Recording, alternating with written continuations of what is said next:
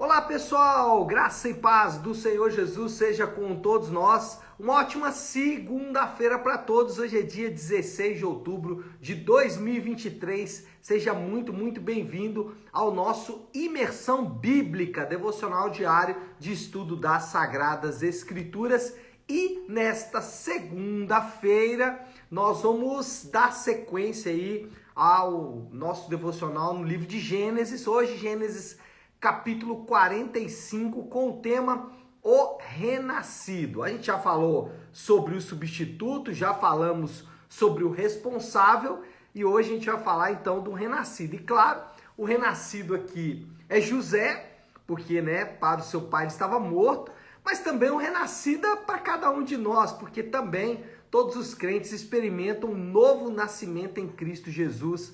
Não há outra maneira de ser salvo a não ser por meio da regeneração do novo nascimento. Mas vamos lá, vamos falar aqui do devocional, senão já começa a entrar já na aplicação, né? Deixa eu ler o texto base aqui, que é Gênesis 45:8. Ele resume muito bem, não só esse capítulo 45, mas também toda essa história aí que começou já bastante capítulos atrás. Então, o versículo 8 diz assim, Gênesis 45:8. Assim, não foram vocês que me mandaram para cá, mas o próprio Deus. Ele me tornou ministro de Faraó e me fez administrador de todo o palácio e governador de todo o Egito. Como eu disse, a história chega no seu ápice, no seu desfecho final. Agora, Gênesis 45. José vai se fazer conhecido dos seus irmãos. Esse capítulo, ainda que seja um capítulo muito importante, ele tem só 4 desdobramentos aqui que eu vou destacar. Depois a gente vai pensar em algumas aplicações aí.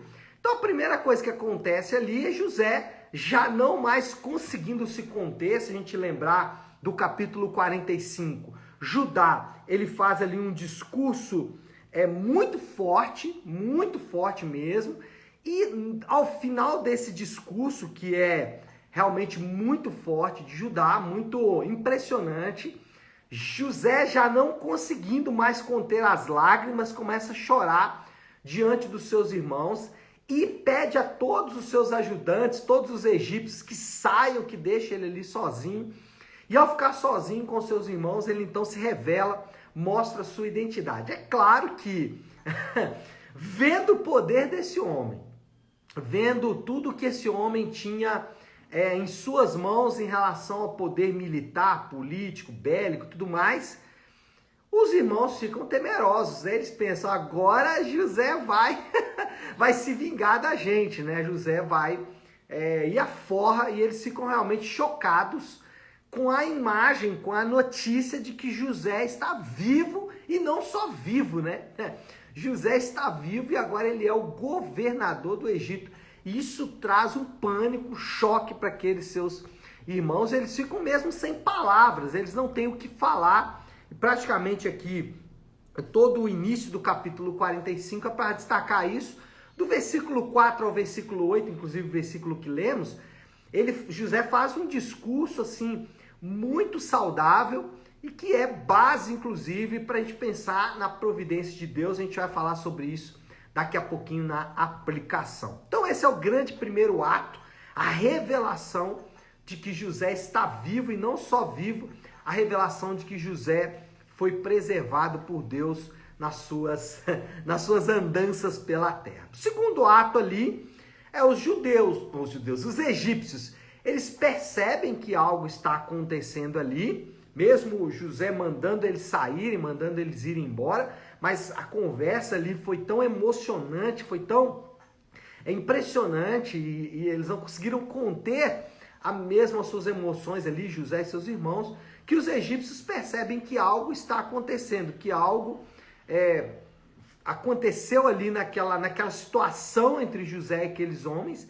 Até então, os egípcios não sabiam que os irmãos de José eram irmãos dele, né? Eles pensavam que eram hebreus que vinham ali comprar mantimentos, e nesse momento então eles voltam e recebem muito bem, até com honrarias, né? Os irmãos de José, o que torna a coisa ainda mais impressionante, né? Não só honrado por José, que é o seu irmão, agora honrado também pelos egípcios. E só um ponto importante aqui, o texto não deixa claro se José contou todos os detalhes para os egípcios, né? Não sabemos se os egípcios teriam a mesma reação se soubessem tudo o que fizeram com José. Ou talvez sim, né? Porque o texto não deixa isso claro, tá? Não estou dizendo que contou ou que não contou. Estou dizendo apenas que o texto não deixa isso claro, se os egípcios sabiam ou não que José tinha sido tratado como foi tratado pelos seus irmãos. José, então, depois disso, presenteia seus irmãos e presenteia ali de maneira muito vultosamente, né? De maneira muito especial, Benjamim. Só para você ter uma ideia, José foi vendido pelos seus irmãos por 20 moedas de prata, 20 peças de prata, né? Jesus por 30, né? Claro que a diferença é grande aqui porque se passaram muitos anos, mas o ponto é, José foi vendido por 20 moedas ou 20 peças de prata e ele presenteou agora Benjamim com 300 peças de prata, né? Você vê quanto já José havia prosperado lá no Egito. Mas não só presenteia, José não só presenteia os irmãos, mas orienta os seus irmãos a buscarem o pai e trazerem o pai, porque agora eles teriam um lugar para morar lá no Egito. Quando os irmãos chegam lá onde estava Jacó, provavelmente ali na região de Betel, mas o texto não deixa esse local claro, mas quando eles chegam ali, contam para o pai fica meio ressabiado, né? Já foi enganado pelos filhos uma vez, pode ser enganado novamente. O pai fica meio com o pé atrás ali sobre essa situação, mas por fim ele acaba se rendendo e por ver também ali todas aquelas carruagens, né? Foram diversas carruagens que foram junto na comitiva para buscar Jacó. E aí ao ver ali aqueles sinais, ele de fato resolve ir com os seus filhos para encontrar José. Agora, talvez um pouco mais confiante de que José de fato está vivo. José, no seu discurso, ali nos versículos 4 a 8, ele faz um discurso que é muito significativo. E vale a pena depois você ler com calma, porque esse discurso de José, a gente vai ler ele aqui agora, mas esse discurso de José, ele pode resumir muito bem, não só a história de José, mas esse discurso de José pode resumir, inclusive, o livro de Gênesis. O livro de Gênesis pode ser muito, muito bem resumido através desse conjunto de versículos. Deixa eu ler com vocês aqui, vocês vão poder conferir e confirmar o que eu estou falando. Versículo 4 até o 8, diz assim: Cheguei mais perto, disse José a seus irmãos. Quando eles se aproximaram, disse-lhes: Eu sou José, seu irmão, aquele que vocês venderam ao Egito. Agora, não se aflijam, nem se recrimirem por terem me vendido para cá, pois foi para salvar vidas que Deus me enviou adiante de vocês. Uau!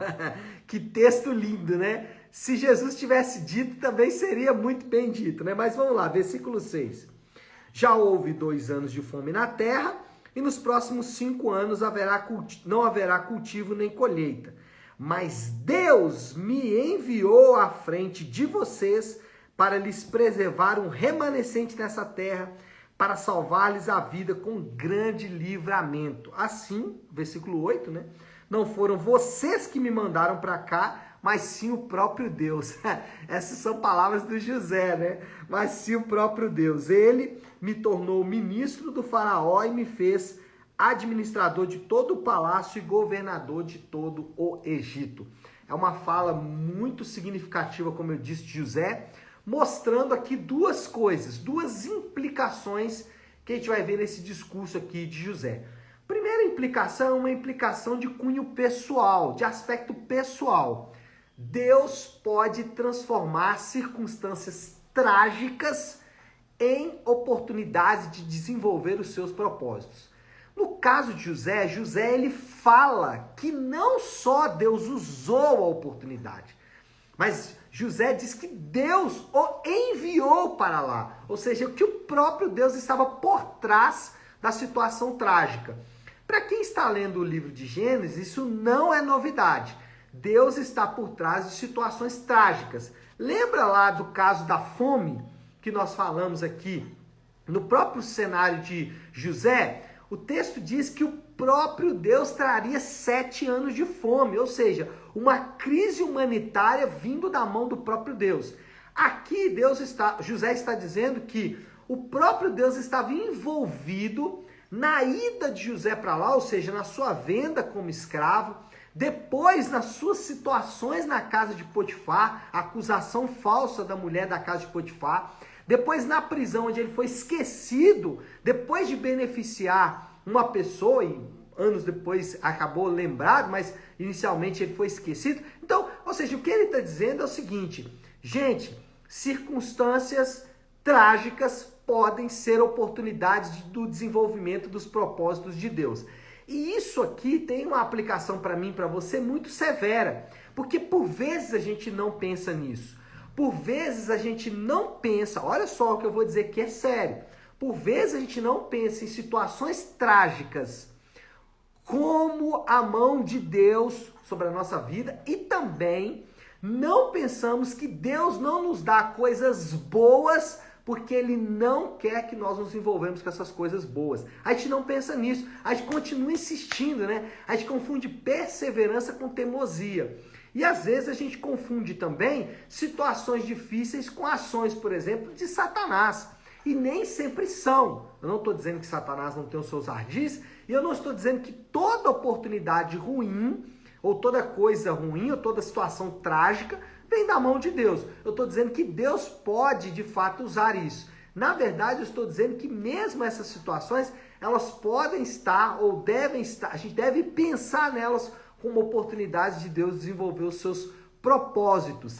E às vezes a gente não pensa sobre isso. Então, a aplicação de cunho pessoal é para que você possa pensar nessa manhã de maneira diferente sobre situações boas que não acontecem e situações ruins que acontecem. Essas coisas podem estar vindo da mão de Deus, pode ser o próprio Deus trazendo essas coisas para contribuir na nossa santificação. Foi no caso de José aqui, Deus usando situações trágicas para conduzir os seus propósitos. E a segunda implicação aqui é uma implicação de cunho espiritual, de aspecto espiritual. Jesus Cristo, por meio da sua morte, transformou a realidade de homens perdidos. Então, olha só, Jesus, por meio de uma circunstância trágica, irmãos, não se assustem com o que eu vou dizer e prestem bastante atenção. A situação mais trágica da humanidade não foi nenhuma situação de fome, nem de peste, nem a Primeira Guerra Mundial, nem a Segunda Guerra Mundial, nem as guerras medievais. Nenhuma situação dessa se compara com a morte de Cristo na cruz. Porque a morte de Cristo na cruz, ela tem um aspecto trágico que nós não medimos.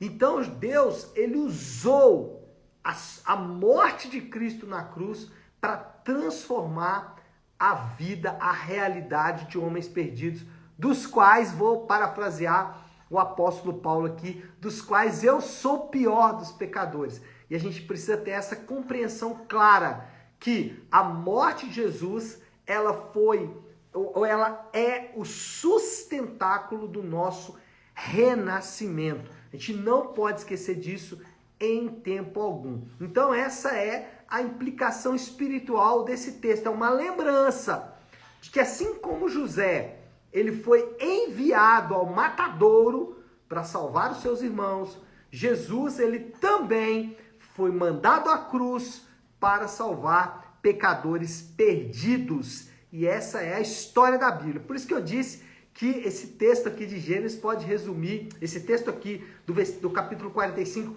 pode resumir muito bem todo o livro de Gênesis, e a gente não pode se esquecer jamais dessa mensagem. Ela está em toda a Bíblia e aqui no livro de Gênesis, aqui no capítulo 45, ela aparece de maneira muito evidente. A morte de Cristo foi a nossa salvação. Bom, Moral da história, já para a gente passar para a conclusão, apesar de todo sofrimento e dor, podemos enxergar Deus trabalhando em todas as coisas para estabelecer os seus desígnios. Então, apesar de tudo, sofrimento, dor, ou até mesmo, as coisas boas, nós vamos ver o próprio Deus trabalhando para cumprir os seus desígnios. A Bíblia diz que os planos de Deus, eles não podem ser frustrados. Em hipótese alguma, Deus, ele trabalha para que os seus planos, eles aconteçam na terra. E os seus planos, eles não são pessoais, eles são coletivos, é para o seu povo, ainda que tenha repercussões pessoais. E essa é a aplicação.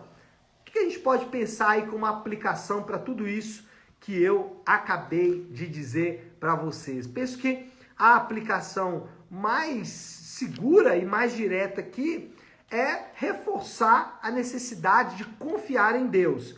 E aqui nós temos duas implicações dessa expressão confiar em Deus. Para você que diz que confia em Deus, mas que continua confiando em coisas para obter a sua saciedade, coisas como dinheiro, como sexo, como deuses falsos, você ainda não confia em Deus plenamente. Confiar em Deus significa deixar para trás todas as outras vãs confianças. Enquanto você não fizer isso, você pode dizer que confia em Deus, mas não confia de fato. E para você que já confia em Deus, tem essa convicção, o chamado nessa manhã é para que você permaneça confiando em Deus, não deixe a confiança em Deus em hipótese alguma, tá certo? Pessoal, acho que já podemos orar, então queria te convidar, se você puder aí, parar um instante o que está fazendo, para a gente buscar a Deus em oração, orando, colocando diante dele tudo isso que falamos nessa manhã. E como eu gosto de fazer toda segunda-feira, iniciar a semana de devocionais com a oração que o Senhor nos ensinou, com a oração do Pai Nosso. Então vamos orar? Pai nosso que estás nos céus, santificado seja o teu nome. Venha o teu reino, seja feita a tua vontade, assim na terra como no céu. Dá-nos hoje o nosso pão de cada dia. Perdoa as nossas dívidas, assim como perdoamos aos nossos devedores. E não nos deixes cair em tentação, mas livra-nos do mal, porque teu é o reino, o poder e a glória para sempre. Amém. Amém, pessoal? Bom, então é isso. Nós vamos ficando por aqui. Que Deus te abençoe. Uma ótima, uma excelente segunda-feira para todos. Fiquem com Deus.